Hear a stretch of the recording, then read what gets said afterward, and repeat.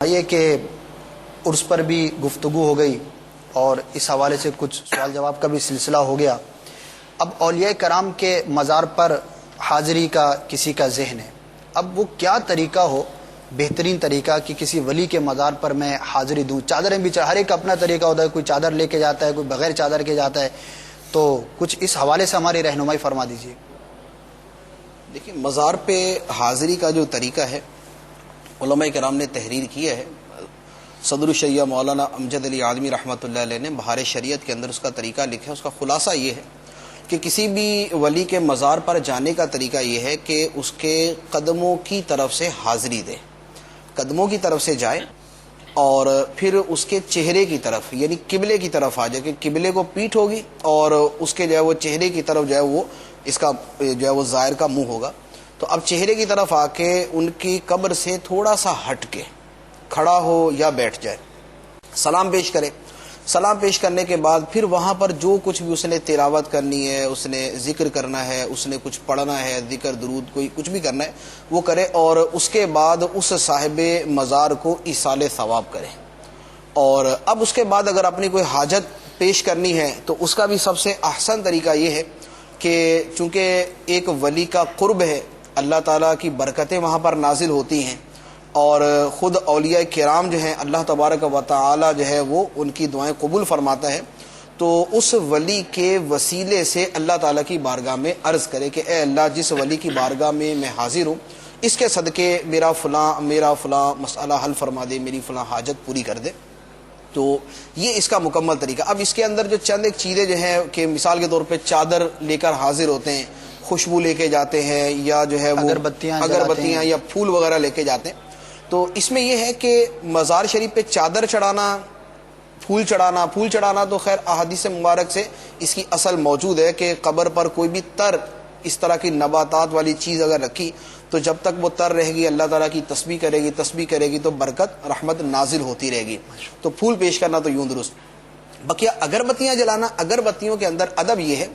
کہ اگربتیاں جو ہیں یہ قبر کے بعین ہی اوپر جلانا منع ہے، صحیح، کیونکہ اگربتیوں سے دھواں نکلتا ہے۔ تو اب قبر کے اوپر جو ہے اگربتی جلائی اور دھواں نکل رہا ہے تو ایک بدشگونی کا جو ہے نا وہ ایک یعنی وہ علامت بنتی ہے کہ یہ معاذ اللہ کو دھواں نکل رہا ہے، آگ کا دھواں نکل رہا ہے، تو اس لیے قبر کے اوپر جو ہے اگربتی نہ چلائی جائے۔ ہاں تھوڑا سا ہٹ کے ہو اور اس میں نیت صاحب قبر کو خوشبو پہنچانے کی نہ ہو کہ اس کو جو خوشبو پہنچ رہی ہے اس کا مقابل ہی کوئی نہیں، اور دوسرا اس کو اس خوشبو کا نہ کوئی فائدہ نہ کوئی اثر۔ ہاں جو وہاں پر زائرین حاضری دیتے ہیں تو خوشبو جو ہے ان کی طبیعت میں فرحت پیدا کرے گی اور انہیں خوشی ہوگی، تو ان کی نیت سے اگر اگربتیاں وہاں قریب کے اندر جلا لیتا ہے تو اس کے اندر حرج نہیں۔ بلکہ چادر چڑھانا، مزار پہ جانے پر چادر چڑھانا کوئی ضروری نہیں ہے، ٹھیک ہے، اگر چادر چڑھا دیا تو اچھی بات ہے۔ اور اس میں نیت کیا ہوتی ہے؟ چادر چڑھانے میں اصل میں دو پہلو ہوتے ہیں۔ ایک تو یہ ہوتا ہے کہ آپ کبھی کسی قبرستان میں جائیں، اب وہاں پر اگر 1000 قبریں ہیں اور کسی ایک قبر کے اوپر چادر چڑھی ہوئی ہے نا،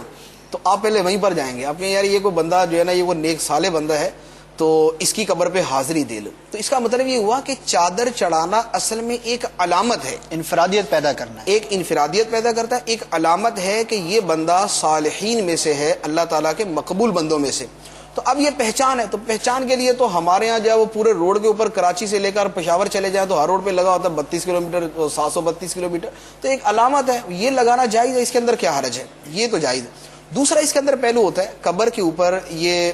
چادر چڑھانے کا کہ اس میں اس ولی کی تعظیم ہے۔ جو چادر چڑھانے والا اس سے آپ پوچھ لیں کہ آپ کیوں چڑھا رہے ہیں، دوسرے پہ کیوں نہیں چڑھا، وہ یہی کہے گا کہ بھئی ان کی تعظیم کے طور پہ چڑھایا جا رہا۔ اب تعظیم جو ہے وہ اس قبر کی نہیں، اس صاحب قبر کی اصل میں تعظیم ہے۔ تو صاحب قبر جب ولی ہے، نیک بندہ ہے، اس کی تعظیم کرنا خود جو ہے وہ شریعت نے فرمایا کہ نیک بندوں کی تعظیم کی جائے۔ تو یہ چادر چڑھانا ایک پہچان کے لیے، ایک صاحب قبر کی تعظیم کے لیے ہوتا ہے۔ اب جتنی مزید چادریں چڑھا، اب ہمارے ہاں تو یہ نا ایک چڑھائی چلو اب علامت کے لیے کافی تھی، اب دوسری تیسری چوتھی تو ڈھیر لگا ہوا ہوتا ہے۔ اصل میں یوں ہوتا ہے، چادریں ویسے تو خیر جتنی جو ہے نا وہ بقدر کفایت ہی جو ہے نا وہ ہونی چاہیے، لیکن یہ جو بہت ساری چڑھاتے ہیں نا اس میں بھی کوئی حکمت ہوتی ہے۔ وہ کیا ہوتا ہے، جیسے داتا صاحب رحمۃ اللہ علیہ دیکھا ہوگا، وہاں چادریں چڑھا رہے ہیں، کافی ساری ہوتی ہیں، وہاں پر کوئی شخص آتا ہے، وہ اس صاحب مزار کی قبر سے جو متصل کوئی چیز ہے وہ اس کی خواہش ہوتی ہے کہ یہ مجھے مل جائے، یہ مجھے مل جائے، تو یہ اس ولی کے قرب کے اندر یا اس کی قبر کے ساتھ مس ہونے والی جو چیز ہے وہ ایک بابرکت ہوگی. میں اسے اپنے کفن میں رکھوں گا، میں اسے قرآن پاک کے غلاف سی لوں گا، یا میں اس کو گھر کے اندر جو ہے وہ سینری وغیرہ بنا کے اس کی رکھ لوں گا. اور آپ نے دیکھے ہوں گے اس طرح کے بہت سارے لوگ کہ پورے جو دنیا کے مزاروں کی چادریں انہوں نے جمع کر کے اور کوئی آتا ہے تو اس کو دکھاتے کہ یہ فلاں جگہ کی چادر ہے. تو یہ اصل میں ان کی برکت حاصل کرنے کے لیے. تو اب اگر یوں چادریں زیادہ ہو گئیں کہ چادریں مستقل نہیں رہتی